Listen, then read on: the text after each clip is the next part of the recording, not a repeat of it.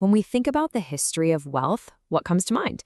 You probably picture conquering armies, right? Or colonial empires, maybe the Industrial Revolution. But what if I told you that one of the most sophisticated economic engines in all of history was built over 1,200 years ago, not through conquest, but by pure, brilliant design? And that's really what we're digging into here. We're going to look at Abbasid Baghdad not as some vague golden age you read about in a textbook, but as a deliberately engineered system. A system designed to connect the entire known world and generate a level of prosperity that was just unheard of. This isn't just a history lesson, folks. It's a case study in how wealth is actually created. And to really get it, you have to see the contrast. While most of early medieval Europe was economically stuck, fragmented and local, with all its wealth just locked up in land, Baghdad was the total opposite. It was global. Its wealth was fluid, constantly circulating. It was a city built for continuous, massive-scale trade. We're not just talking about a different place. This was a completely different economic operating system. So, the big question is, how did this happen? How did they pull it off? Well, the answer starts with the city's very foundation. See, this wasn't some ancient city that just grew over time. No, this was an engineered metropolis, built from day one with a very specific purpose in mind. Okay, picture this. It's the year 762. The Abbasid Caliph, Al-Mansur, makes this huge decision. He doesn't want to just move into an old imperial city. He wants to build a brand new one, from the ground up. And look, the goal here wasn't just about symbolic power. The goal was to create the strategic nerve center for a global economic network. From its very first stone, Baghdad was built for business. And location. My goodness, location was everything. They placed Baghdad perfectly, right at the crossroads of the entire known world. I mean, it was the single node connecting Persia, India, and China to the east, the vast Indian Ocean trade network to the south, the Mediterranean to the west, and Central Asia to the north. Now look, just having a good spot on the map doesn't guarantee you'll get rich, right? But Baghdad was designed to be the ultimate middleman, absorbing and coordinating the flow of goods, ideas, and money from literally every direction. But okay, a great location, that's just the starting line. To really understand what happened, we need to look under the hood at the engine of wealth itself. It wasn't just about being in the right place, it was about having the right machinery to make it all work. So you can basically break down Baghdad's economic success into 3 core pillars. We've talked about the first one, its amazing location and the infrastructure built around it. But the next 2, well, these are what really put the whole system into overdrive.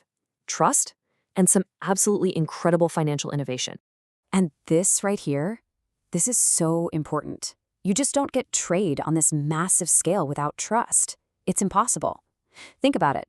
Merchants from all these different cultures and continents needed to believe the system was predictable and fair. So the Abbasids engineered this trust. They did it with things like centralized tax collection and, crucially, reliable legal enforcement for contracts. Everybody knew the rules of the game, and that predictability just dramatically lowered the risk of doing business across thousands of miles. And this sophistication, it went all the way to their financial tools. For instance, the sock, which was basically an early form of a check.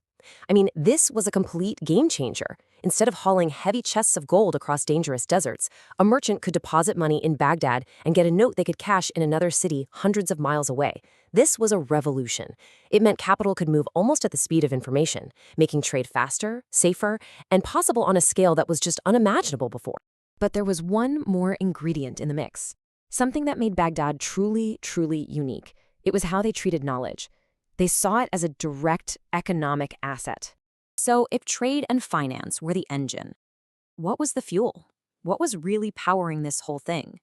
Well, it wasn't gold and it wasn't spices. It was information. It was knowledge. See, the Abbasids sponsored this massive translation movement, gathering knowledge from Greek, Persian, and Indian traditions from all over the world. But here's the kicker. This wasn't just for cultural prestige. This was a hard-nosed economic strategy with a direct, practical return on investment. Better mathematics? That led to better accounting and stronger bridges. Advances in astronomy? That meant more accurate navigation for your trading ships. Better medicine?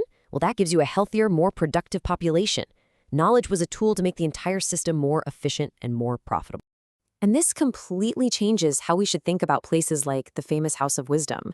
It wasn't just some dusty old library for scholars to hang out in. You need to think of it more like a state-funded R&D lab for the entire empire. Scholars were literally paid salaries to translate, to innovate, and to solve real-world problems. This created a professional intellectual class that was plugged directly into the economic life of the city, constantly feeding new efficiencies back into the system. But, no system lasts forever.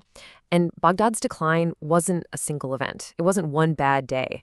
It was a slow, structural unwinding, a complex system starting to come under serious strain. So where did the first cracks start to show? Well, it was in governance. As the empire grew, it just became too vast to manage with that same tight central control. Tax revenues that once flowed like clockwork right to Baghdad started getting diverted to provinces that were becoming more and more independent. The financial lifeblood of the system started leaking away from its heart. And this political fracturing, it had a devastating domino effect on the economy. That all-important trust that the system was built on, it began to erode.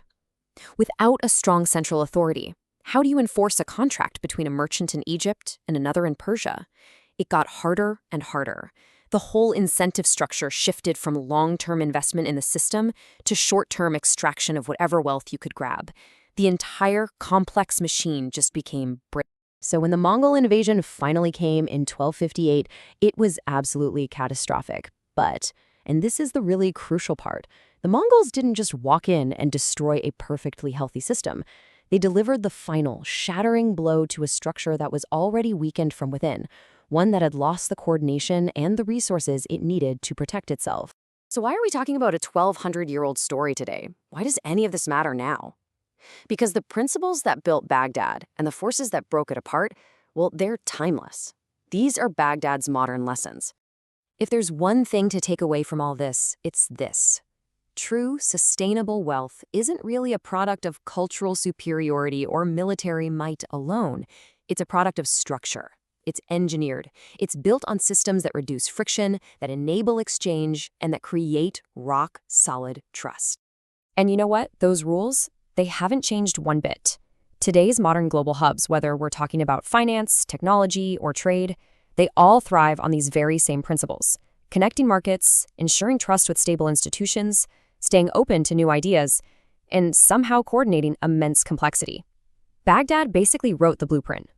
So that leaves us with one final thought. If prosperity isn't an accident, if it is, in fact, engineered, then that forces us to ask a pretty serious question. What are the systems we're building today? Are they designed for connectivity, for trust, and for openness? Or are we letting those same old cracks of fragmentation and short-term thinking begin to appear? Something to think about.